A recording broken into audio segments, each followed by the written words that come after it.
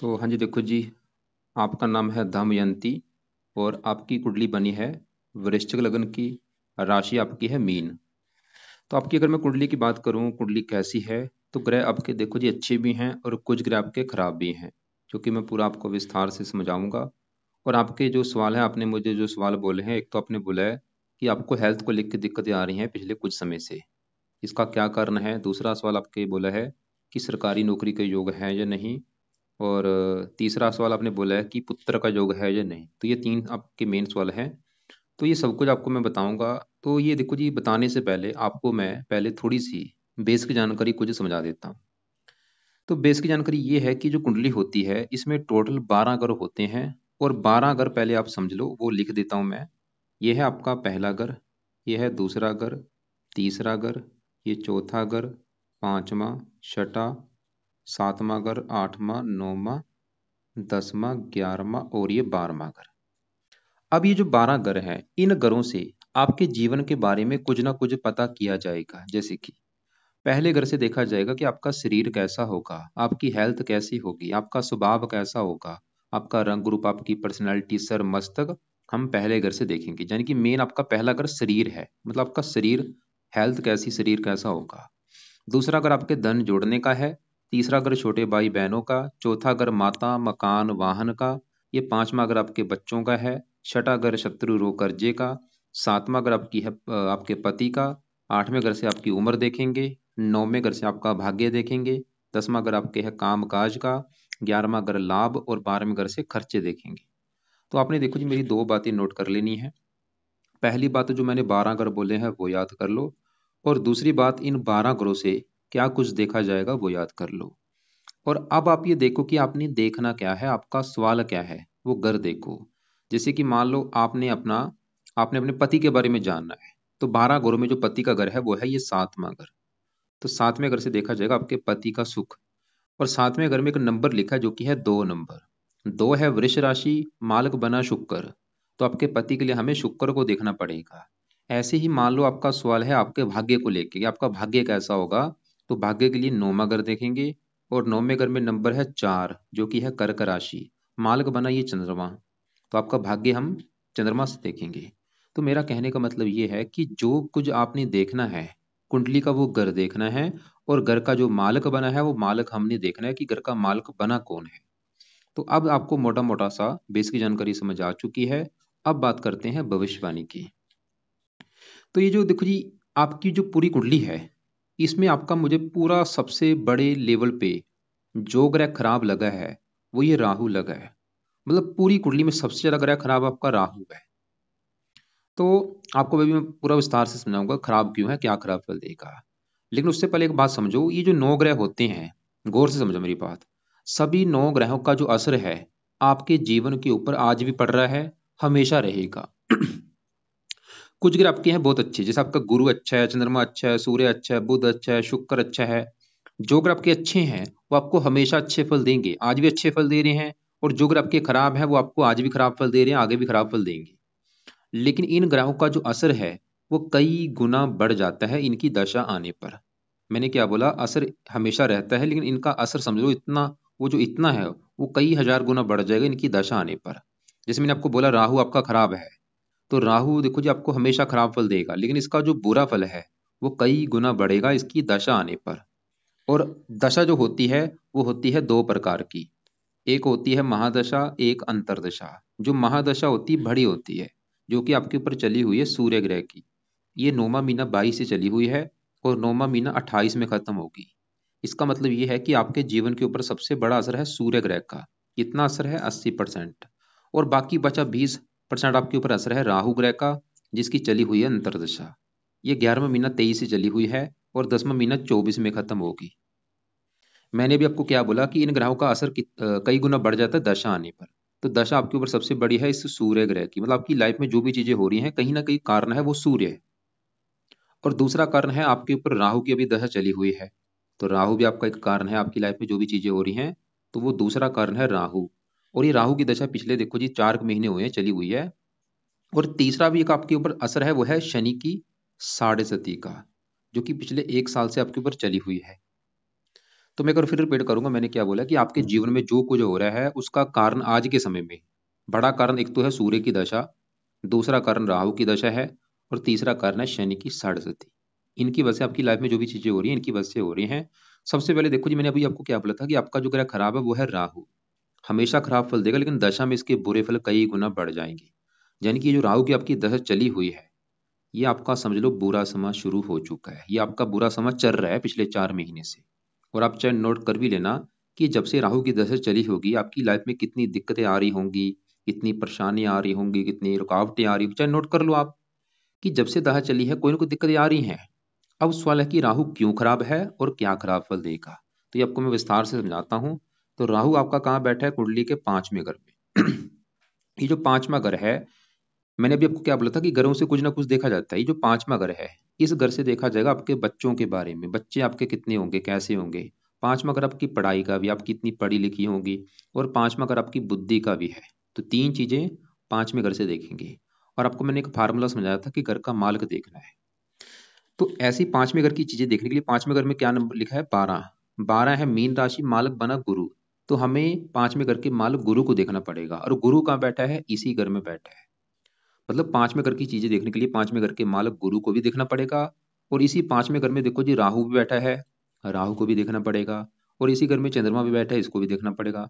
मतलब आपके 3 ग्रह देखने पड़ेंगे 5वें घर की चीजें देखने के लिए। आपको मैं एक एग्जाम्पल समझाता हूँ।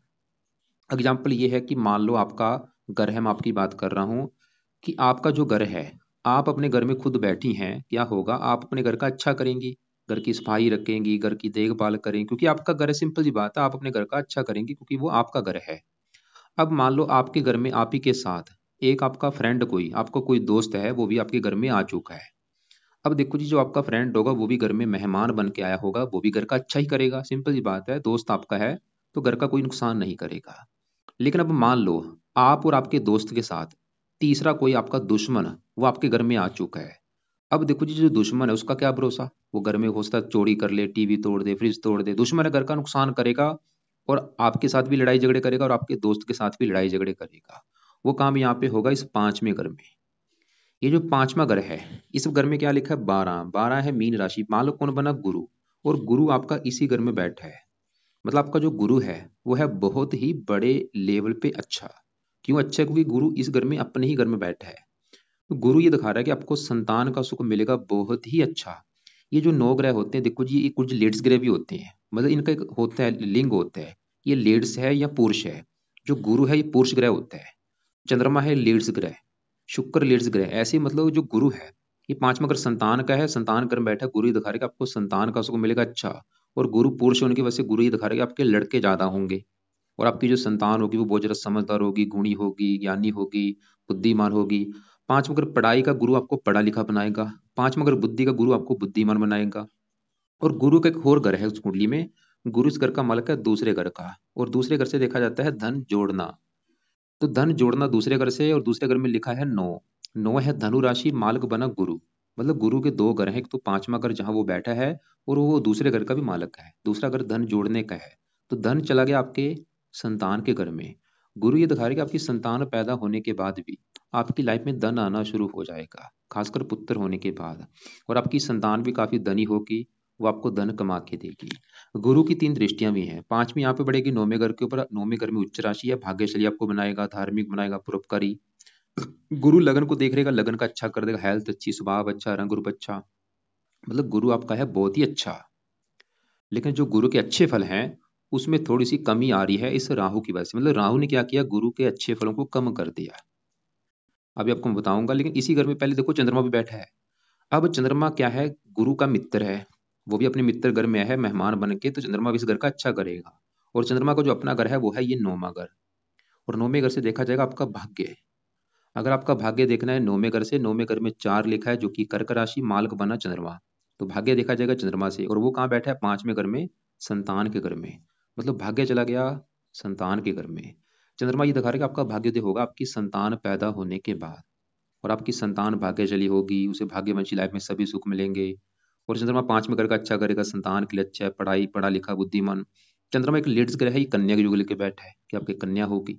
अब देखो जी, हमने गुरु और चंद्रमा देखे, ये दोनों तो हैं अच्छे, लेकिन इसी घर में जो राहु है, जो कि मैं आपको बताया था कि आपके घर में दुश्मन आया है, घर का नुकसान करेगा, वो काम यहाँ पे होगा। मतलब राहु इस 5वें घर में गुरु घर में बैठा है और ये गुरु को अपना मानता है दुश्मन, और चंद्रमा को भी अपना दुश्मन मानता है। तो राहु देखो जी, राहु तो वैसे तो आपका 5 साल पहले भी खराब था, मतलब बचपन से ही खराब है। बस अभी जो दशा चली है इसमें वो बुरे फल कई गुना बढ़ चुके हैं। तो ये 5वें घर की क्या करेगा, हानि करेगा। 5वां घर है संतान का। राहु ये दिखा रहा है कि आपको संतान संबंधी कोई दिक्कतें आएंगी। क्या दिक्कतें आएंगी? जहाँ तो आपका गर्भपात करा सकता है, या आपकी संतान ऑपरेशन के द्वारा होगी, या आपकी कन्या ज्यादा होंगी, पुत्र कम होगा, या पुत्र देरी से होगा। मतलब संतान संबंधी कोई चिंता पैदा करेगा ये आपके। गुरु, अब देखो हमने क्या देखा, गुरु तो ये दिखा रहा था कि पुत्र होंगे आपके, लेकिन राहु के वसी यहाँ पे दिक्कतें आ रही हैं आपके। अगर लड़की है तो हो सकता है आगे भी आपकी लड़की पैदा कर दे ये। तो इसका मतलब सही होना बहुत जरूरी है। और ये गर्भपात भी आपके करा सकता है, गर्भपात होने के भी काफी योग दिख रहे हैं, या संतान में देरी होना। और राहु की देखो जी 3 दृष्टियां भी हैं। राहु की 5वीं दृष्टि पड़ेगी 9वें घर के ऊपर, यहाँ पे शत्रु राशि है, भाग्य की हानि कर रहा है। 7वीं दृष्टि 11वें घर का, आमदनों को लेकर दिक्कतें। और राहु सबसे बुरा फल इस लगन को देख रहा है। ये जो पहला घर है, मैंने बोला था पहला घर आपका खुद का घर है। जैसे 5वां घर तो आपके बच्चों को हो गया, ये पहला घर आपके बारे में बताएगा। जैसे 7वां घर पति का है, चौथा घर माता का है, तीसरा घर छोटे भाई बहनों का है। ऐसे ही भाई पहला घर आपका घर है कि आप कैसी होंगी, आपका शरीर कैसा होगा, रंग रूप कैसा होगा। तो राहु 9वीं दृष्टि से पहले घर को देख रहा है। पहले घर में जो 8 लिखा है, ये वृश्चिक राशि है, राहु की नीच राशि। तो राहु इस पहले घर की बुरी तरह से कर रहा है हानि। मतलब आपकी हेल्थ कर देगा बहुत ही ज्यादा खराब। हेल्थ को लेकर दिक्कतें आएंगी, मानसिक चिंता, डिप्रेशन का शिकार, और भी अजीब सा डर लगा रहता है, बहर लगा रहता है। ये शनि को भी खराब कर रहे हैं, इस राहु ने शनि को भी खराब कर दिया। उस राहु ने गुरु को भी खराब कर दिया, क्योंकि राहु गुरु जब एक साथ बैठते हैं इसे कहते हैं चंडाल योग बन चुका है। और राहु जब चंद्रमा के साथ बैठता है तो इसे कहते हैं ग्रहण दोष बन चुका है। तो मेरा बस कहने का मतलब ये है आपको समझाने का कि इस अगर राहु को आपने सही कर लिया, आपकी लाइफ में चेंज आ जाएगा, आपकी हजारों दिक्कतें दूर हो जाएंगी। क्योंकि राहु बैठा कहाँ पे, संतान घर में। अगर पुत्र का सुख चाहिए, इसको सही करना पड़ेगा। अपनी हेल्थ अच्छी रखनी है, राहु को सही करना पड़ेगा। और सबसे नेगेटिव बात क्या है, इसकी दशा भी चली हुई है अभी। चलो इतना वो है कि दशा इसकी छोटी दशा चली है, और ये 10वां महीना 24 में खत्म होगी।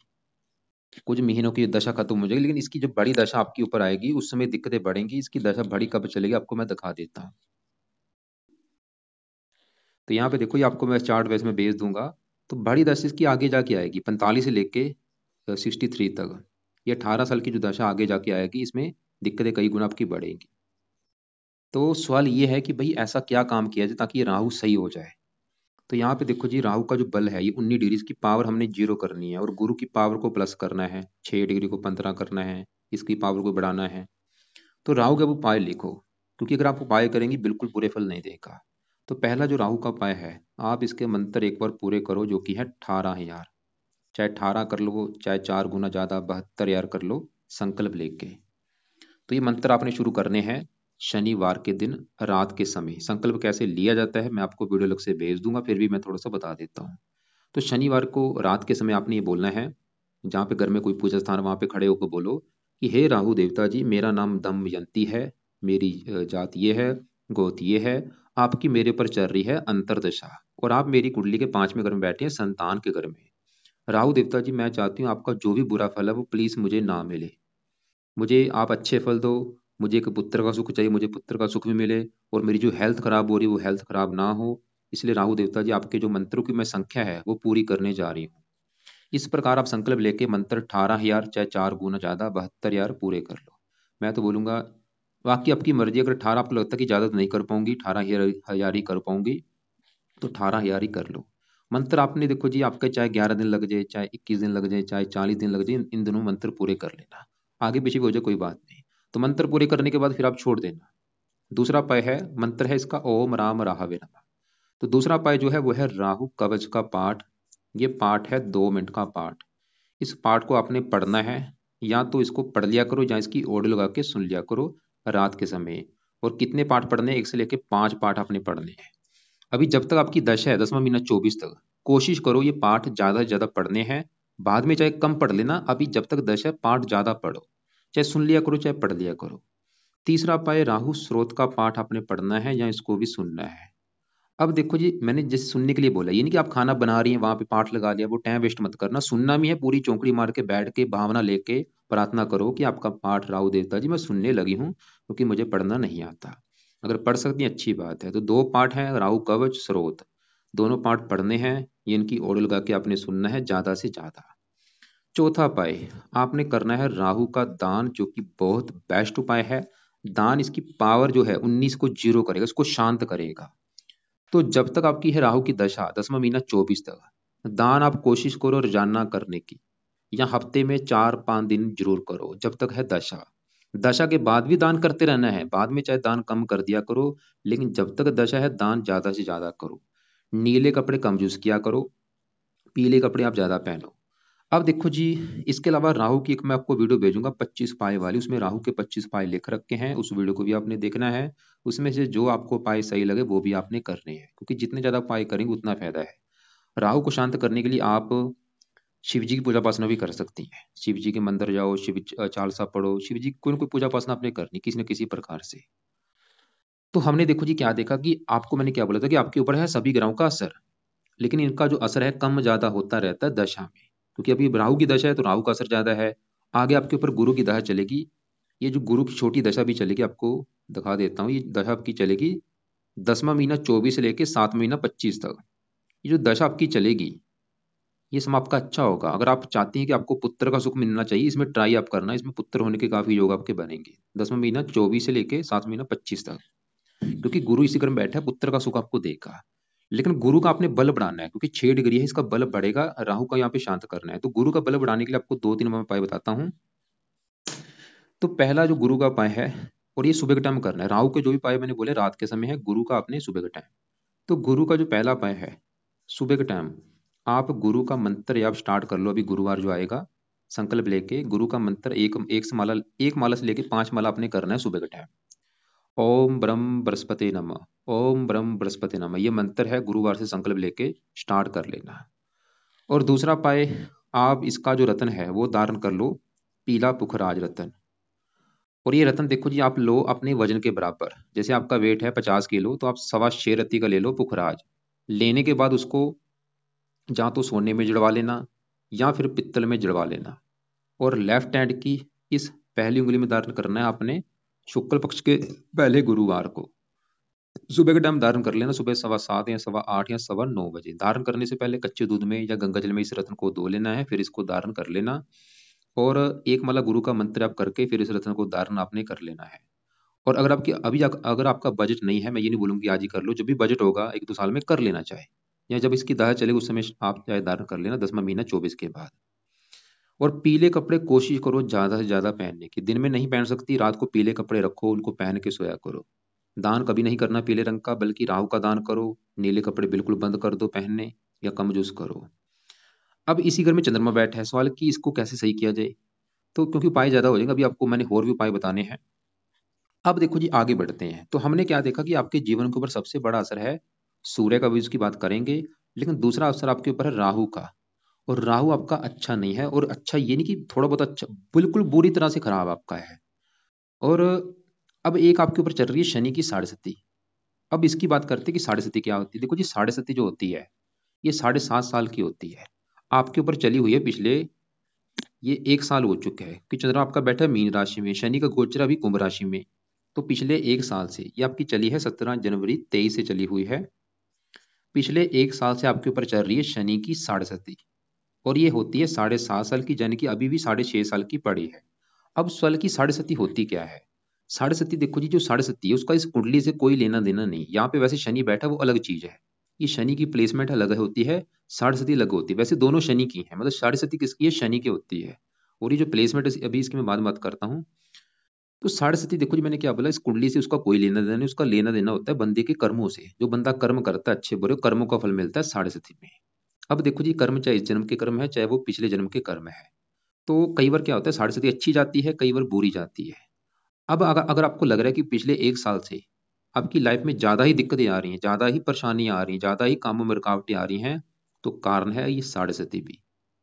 लेकिन अगर आपको लग रहा है कि नहीं भाई पिछले 1 साल से तो बहुत अच्छा हो रहा है मेरी लाइफ में, अच्छा ही अच्छा हो रहा है, कोई दिक्कत नहीं आ रही, हो सकता है 7.5 अच्छी जा रही हो, लेकिन अगर लग रहा है दिक्कतें आ रही हैं तो कारण वह साढ़े सती भी है। राहु तो है ही, साढ़े सती भी कारण है। तो करना क्या है? तो इसके लिए भी देखो जी, दो उपाय लिख लो। पहला उपाय आपने करना है, क्योंकि साढ़े सती है शनि की, तो पहला जो उपाय है, रात के समय शनि चालीसा का पाठ आपने पढ़ना है, या इस पाठ को सुनना है या पढ़ना है। दूसरा उपाय, हर शनिवार को शनि मंदिर में माथा टेकने आपने जाना है। तो दो उपाय हैं। तीसरा उपाय शनि का भी आपने दान करना है, जो कि शनि मंदिर में आपने करके आना है। या वो शनि का दान आप रोजाना भी कर सकती हैं, या हफ्ते में 3-4 दिन कर दिया करो, या शनि मंदिर में जरूर करो। अब देखो जी, दो दान आपको मैंने बोले, एक तो राहु का दान बोला है, तो राहु के दान की वीडियो भेज दूंगा। शनि का भी दान जो है वो, हाँ, शनि के दान की भी आपको मैं वीडियो भेज दूंगा। शनि मंदिर में जो दान आप करेंगे वो आप तेल का दान कर सकती हैं, काली उड़द की दाल का दान कर सकती हैं। तो अब जो शनि चालीसा का पाठ है, ये रात के समय आपने पढ़ना है या इसको सुनना है लंबे समय के लिए। और शनि चालीसा का पाठ खत्म होने के बाद प्रार्थना करना कि शनि देवता जी, आपका पाठ इसलिए पढ़ा है क्योंकि आपकी जो साढ़े है उसका बुरा फल मुझे ना मिले। और जब शनि मंदिर में जाएंगी माथा टेकने, वहां पे भी प्रार्थना करके आनी है कि शनि देवता जी, आपके मैं मंदिर इसलिए आई हूँ क्योंकि आपकी जो साढ़े चली हुई है वो मेरी अच्छी जाए, मुझे कोई दिक्कतें ना आए, मेरी हेल्थ अच्छी हो। और शनि का दान भी करते समय शनि का मंत्र आपने करना है। अब देखो जी, शनि की जो प्लेसमेंट है, ये पहले घर में बैठा है। अब इसको थोड़ा सा समझाता हूं मैं। आपका देखो जी, मैंने क्या बोला था कि 12 जो घर हैं, इन घरों से कुछ ना कुछ देखा जाता है। जैसे कि 7वां घर आपके है पति का घर, 5वां घर बच्चों का है, चौथा घर माता का है, तीसरा घर छोटे भाई बहनों का है, ऐसे पहला घर आपका घर है। ये सबसे मेन घर होता है कुंडली में। मतलब आपका शरीर कैसा होगा, शरीर की बनावट कैसी रहेगी, हेल्थ कैसी होगी, स्वभाव रंग रूप कैसा, पहले घर को देखना पड़ेगा। और फार्मूला था क्या कि घर का मालिक देखना है। तो पहले घर में क्या लिखा है? 8। 8 है वृश्चिक राशि, मालिक है ये मंगल। तो हमें आपके बारे में जानने के लिए मंगल को भी देखना पड़ेगा। और मंगल के अलावा पहले घर में शनि बैठा है, शनि को भी देखेंगे। और पहले घर के ऊपर गुरु राहु की दृष्टि है, इनको भी देखा जाएगा। तो राहु हम देख चुके हैं, राहु कर रहा है पहले घर की हानि, क्योंकि ये राहु की नीच राशि है। गुरु हम देख चुके हैं, गुरु पहले घर का अच्छा कर रहा है कि आपकी हेल्थ अच्छी होगी, आपकी सेहत अच्छी होगी, आप समझदार होंगी। अब जो पहले घर में शनि बैठा है, शनि भी पहले घर को खराब कर देगा।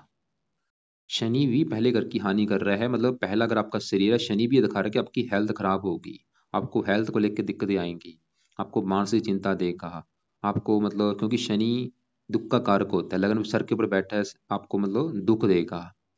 तो आपकी जो हेल्थ खराब हो रही है वो शनि भी कारण है। शनि ज्यादा खराब इसलिए है क्योंकि ये राहु से पीड़ित हो चुका है।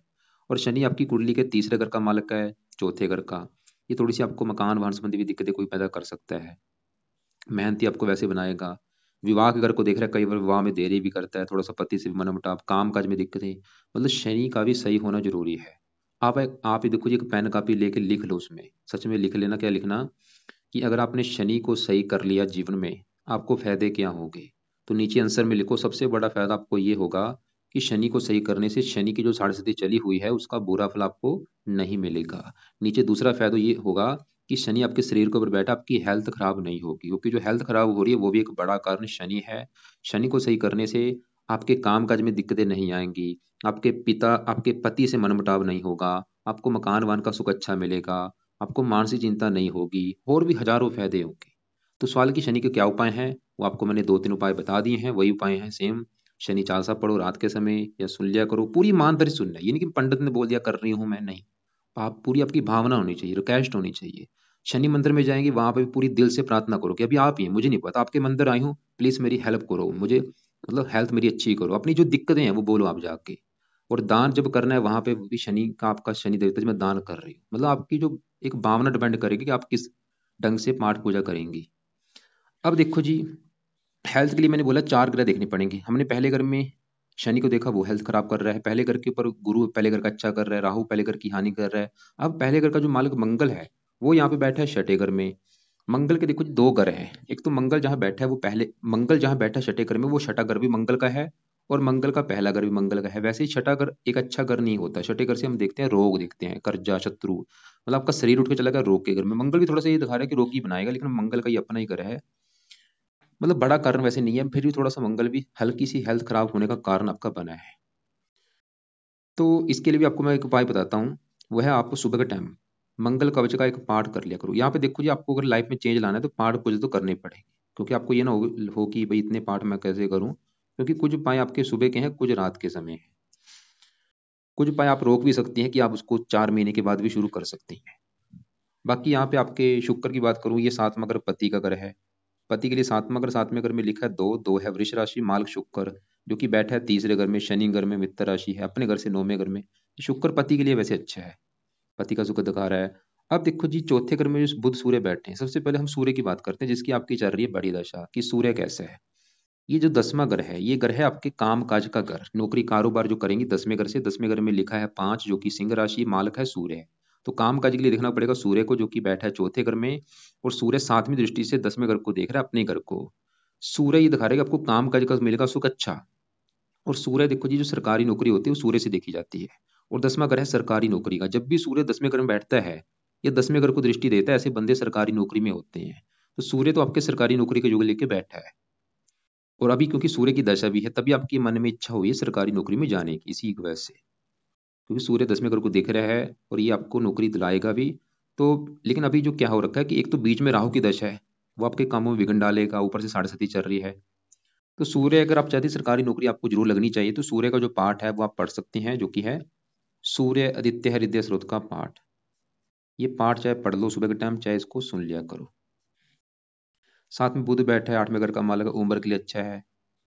परिवारिक संपत्ति भी आपको मिल सकती है। केतु ठीक है। तो ये है आपकी देखो जी कुंडली का फलादेश। आपने देखो जी, एक आपको मैंने रत्न बोला पुखराज, वो जब भी आप बजट होगा आप कर लेना, जरूर करना। वैसे उसके लिए वो संतान पुत्र का योग बना देगा आपका, वैसे भी संतान के लिए अच्छा है। अब एक बार मैं रिपीट करता हूँ, मैंने आपको क्या क्या उपाय बोले हैं। कुछ उपाय हैं देखो जी सुबह के हैं, कुछ रात के समय। बस आप ये समझ लो, आपका जो सबसे ज्यादा ग्रह खराब है वो है राहु, और अभी राहु की दशा चल रही है। राहु ऐसा नहीं कि अभी खराब फल दे रहा, खराब फल तो पहले भी दे रहा था, लेकिन अभी जो बुरे फल हैं वो थोड़े से बढ़ चुके हैं, मतलब वो बुरे फल अभी समझ लो 50 गुना बढ़ चुके हैं। तो ये आपका समय बिल्कुल अच्छा नहीं जब तक ये दशा रहेगी, और ऊपर से एक 6.5 चल रही है, और शनि वैसे भी कुंडली में लगन में बैठ के वो भी आपका खराब है, वैसे भी 6.5 चल रही है। तो उपाय जो है देखो जी, एक तो मैंने बोला है कि सबसे जो कुछ उपाय है सुबह के टाइम, कुछ रात के समय। पहले सुबह की अगर उपाय की मैं बात करूं, तो सुबह के टाइम अपने जो उपाय करने हैं वह है गुरु का मंत्र, या आप 1 माला से लेकर 5 माला सुबह के टाइम ये किया करो। मंत्र गुरुवार से स्टार्ट कर लेना, जानना करना है लंबे समय के लिए। दूसरा उपाय, आप सुबह के टाइम मंगल कवच का पाठ पढ़ो, या इसको ऑडियो लगा के सुन लिया करो। 2 मिनट का पाठ है। और सूर्य आदित्य स्रोत का पाठ। तो ये 3 काम अपने सुबह के टाइम करने हैं, 10-15 मिनट आपके लगेंगे। अब देखो जी, रात की अगर मैं बात करूं, तो शनिवार से राहु के मंत्र शुरू करो, 18 यार कर लो चाहे 72 यार कर लो। और ये मंत्र आपने ये नहीं कि एक दिन में करने हैं, आपके जैसे मैंने बोला चाहे 11 दिन लग जाए, 21 दिन लग जाए, 40 दिन लग जाए, इन दिनों में मंत्र पूरे कर लेना।